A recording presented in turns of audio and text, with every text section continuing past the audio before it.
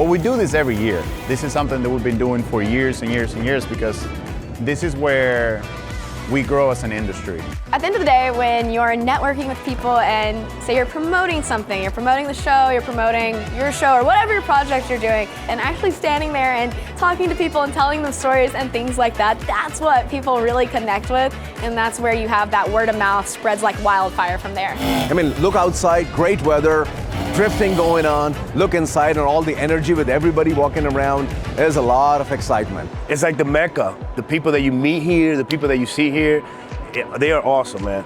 It's about the connections and the people that we talk to and how we're going to grow together to be a better industry, really.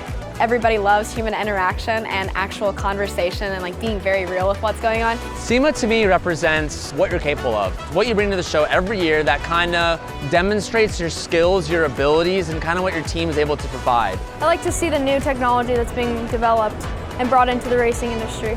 Everyone who's here and everyone who's presenting here is very passionate about the car culture and what they have to show and what they have to offer. It's really about all the new toys and all the new things that they're coming up for us. We're looking forward to next year. We are back. This is great.